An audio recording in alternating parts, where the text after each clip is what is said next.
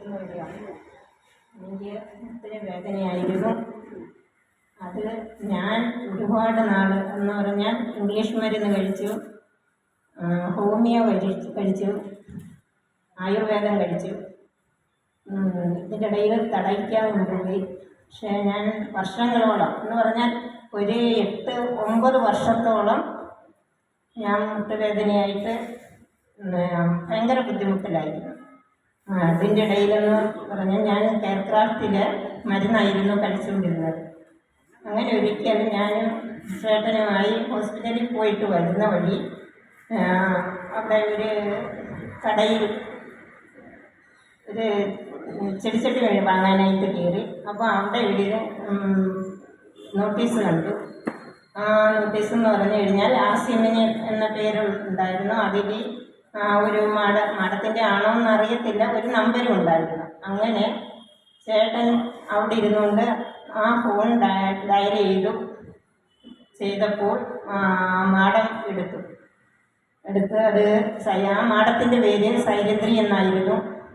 അപ്പം അറിയത്തില്ലായിരുന്നു ആ മാഡം പിന്നെ ഇങ്ങനെ ന്യൂട്രിസ്റ്റ് ആണോ എന്നറിയത്തില്ല. ചേട്ടൻ ചോദിച്ചു. അങ്ങനെ മാഡം എവിടെയോ കൗൺസിലിങ്ങിൽ ഇരിക്കുന്ന സമയമായിരുന്നു. അപ്പോൾ പറഞ്ഞു വൈകിട്ട് ഒരു 6 മണിക്കകത്ത് വെച്ച് സാറിനെ കോണ്ടാക്ട് ചെയ്യാമെന്ന് പറഞ്ഞു. അന്ന് തന്നെ സൈലന്ത്രി മാഡവും സാറിൻ്റെ കൂടെ തന്നെ വർക്ക് ചെയ്യുന്നതാണ് കൃഷ്ണകുമാർ സാറുമായിട്ട് ഇപ്പോൾ ഇവിടെ ഉണ്ട്. കൃഷ്ണകുമാർ സാറുമായിട്ട് എൻ്റെ വീട്ടിൽ വന്നു. എൻ്റെ വീട്ടിൽ വരുമ്പോൾ എന്നെ കാണുന്ന ഒരു അവസ്ഥയെന്ന് പറഞ്ഞു കഴിഞ്ഞാൽ ഞാൻ ഇനി നടക്കാൻ പറ്റത്തില്ല, ഞാനൊരു കട്ടിലിൽ കിടപ്പാണ്. എൻ്റെ ദൈനംദിന കാര്യങ്ങൾ തന്നെ എൻ്റെ ചേട്ടനായിരുന്നു എനിക്ക് സഹായിക്കുന്നതും.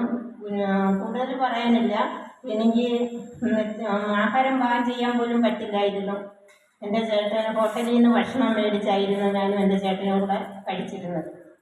അപ്പം ഈ മാഡം വന്ന് എന്നെ താങ്ങിയിരുത്തി. അപ്പം എന്നോട് കാര്യങ്ങളൊക്കെ ചോദിച്ചു. അപ്പം ഞാൻ പറഞ്ഞു എനിക്ക് ഡിസ്കിന് പ്രശ്നമുണ്ട്, മുട്ടിന് വേദനയുണ്ട്, വെരിക്കോസ് ഉണ്ട്, പിന്നെ ആസ്മയുടെ പ്രശ്നമുണ്ട്, തൈറോയിഡുണ്ട്. ചുരുക്കി പറഞ്ഞാൽ ഞാൻ അസുഖങ്ങളുടെ ഒരു വിളനിലമം തന്നെ ആയിരുന്നു. അപ്പം മാഡം ഞാൻ അതിനുപരിയെന്ന് പറഞ്ഞു കഴിഞ്ഞാൽ ചേട്ടന് പിന്നെ ആർമി ആയിരുന്നു.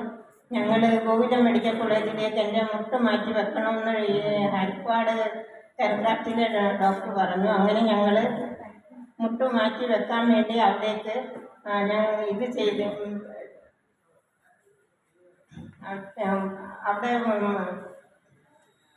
ഗോകുലം മെഡിക്കൽ കോളേജിൽ അപ്പോയിൻമെൻ്റ് എടുത്തിട്ടുണ്ടായിരുന്നു. അത് എടുത്ത ഡേറ്റ് എന്ന് പറഞ്ഞാൽ നവംബർ 25 സൈലന്ത്രി മാഡവും കൃഷ്ണകുമാർ സാറൂടെ എൻ്റെ വീട്ടിൽ വരുന്നത് നവംബർ 22 അപ്പം മാഡം പറഞ്ഞു, സാർ ഒരു കാര്യം ചെയ്യും, ഇത്രയും നാൾ ക്ഷമിച്ചില്ലേ, ഞാൻ സപ്ലിമെൻ്റ് തരാം. ഒരു മാസത്തിനകം ഞാൻ സാറിനോട്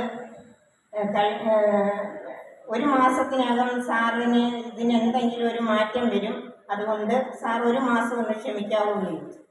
അപ്പോൾ ചേട്ടൻ പറഞ്ഞു, ഇല്ല, വൈഫിന് നല്ല വേദനയാണ്, ഞങ്ങൾ 25-ാം തീയതി തന്നെ ഹോസ്പിറ്റലിൽ പോകാൻ തീരുമാനിച്ചിരിക്കുവാണ്. അങ്ങനെ മാഡം പറഞ്ഞു, സാർ ഒരു മാസം എനിക്ക് വേണ്ടി വെയിറ്റ് ചെയ്യൂ, സാർ ഒരു മാസം കഴിഞ്ഞിട്ട് പോയാൽ മതി എന്ന് പറഞ്ഞു. എന്തായാലും ചേട്ടൻ അങ്ങനെ സമ്മതിച്ചു. മാസാവസാനമായിരുന്നു. അപ്പോൾ ചേട്ടൻ്റെ ഈ പൈസ ഇല്ലായിരുന്നു. അപ്പം മാഡം പറഞ്ഞു, വിഷമിക്കേണ്ട, സാധാരണഗതിയിൽ സപ്ലിമെൻ്റ് ആർക്കും കടം കൊടുക്കുന്നതല്ല. ഞങ്ങളുടെ ആ ഒരു പരിസ്ഥിതി കണ്ടപ്പോൾ മാഡം കയ്യിൽ നിന്ന് പൈസ എടുത്താണ് ഞങ്ങൾക്ക് സപ്ലിമെൻ്റ് തന്നു. ഞാൻ സപ്ലിമെൻ്റ് ആ സന്ധ്യയ്ക്ക് ആ വിളക്ക് എത്തിക്കുന്ന സമയത്ത് മാഡം തന്നെ എനിക്കത് പകർന്നു തന്നു. ഞാൻ കുടിച്ചു. പിറ്റേന്ന് ഒരു 2 ദിവസം 3 ദിവസം ആയപ്പോൾ എനിക്ക് വേദന ശക്തമായി. അപ്പോൾ ചേട്ടൻ മാഡത്തിനെ വിളിച്ചിട്ട് പറഞ്ഞു, നല്ല വേദനയാണ്, എന്ത് ചെയ്യൂ? അവൻ പറഞ്ഞു, സാറേ 7 വർഷം കൊണ്ട് സഹിക്കുന്നില്ലേ, സാറ് സഹിക്കൂ, ഒരു മാസം ക്ഷമിക്കൂ, ഇതിൻ്റെ ഒരു മാറ്റം സാറിന് മനസ്സിലാകുന്നു. എന്തായാലും ഞാൻ സഹിച്ചു, ക്ഷമിച്ചു, കഴിച്ചു. എന്തു പറഞ്ഞാലും ഒരാഴ്ച പിന്നിട്ടപ്പോൾ ഞാൻ ടോയ്ലറ്റിൽ പോകാൻ എനിക്ക് പറ്റാത്ത ഞാൻ പിച്ച നടന്ന് ടോയ്ലറ്റിൽ പോകാൻ ഭാവിച്ചു, മുറ്റത്തോട്ടിറങ്ങാൻ ഭാവിച്ചു. ഒരു 2 ആഴ്ച കഴിഞ്ഞപ്പോൾ ഇനി ഞാൻ സ്വന്തമായി ആഹാരം പാകം ചെയ്യാൻ ഭാവിച്ചു. എൻ്റെ വീട്ടിലെ സർവ്വ ജോലികളും ചെയ്യാൻ ഭാവിച്ചു. എൻ്റെ വീടും മുറ്റവും ഇരയും എല്ലാം തൂത്ത് തുടച്ച് വൃത്തിയാക്കി ഒരു നല്ല ജീവിതം എനിക്ക് കിട്ടിയെന്ന് പറയാൻ ഞങ്ങളുടെ ആരോഗ്യം വീണ്ടും കിട്ടി, ഞങ്ങളുടെ ജീവിതം തിരിച്ചു കിട്ടി.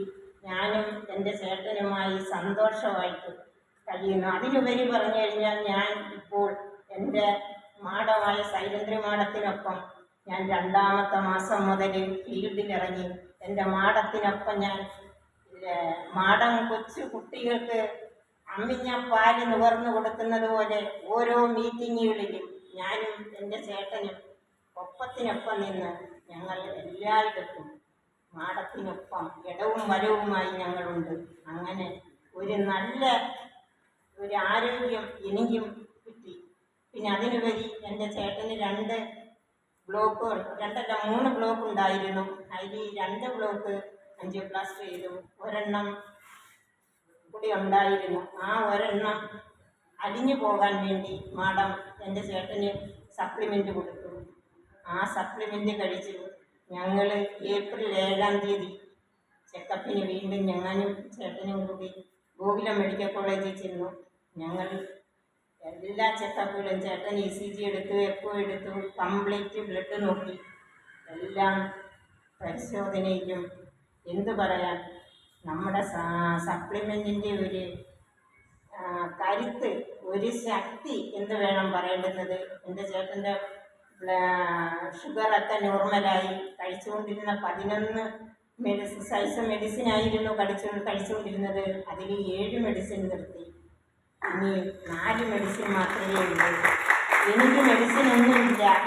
ഡോക്ടർ എൻ്റെ മെഡിസിൻ നിർത്തി. ഞാൻ കൊണ്ടുപോയ സപ്ലിമെൻ്റ് അല്ല, എൻ്റെ ഡോക്ടറെ കാണിച്ചു. ഡോക്ടർ വഴി പറഞ്ഞു ഇതേത് എവിടെ നിന്നാണ് കിട്ടിയത്. അപ്പം ഞങ്ങൾ പറഞ്ഞു ആസിയം കമ്പനിയിൽ നിന്നാണ് ഒരു ന്യൂട്രീഷൻ കോഴ്സ്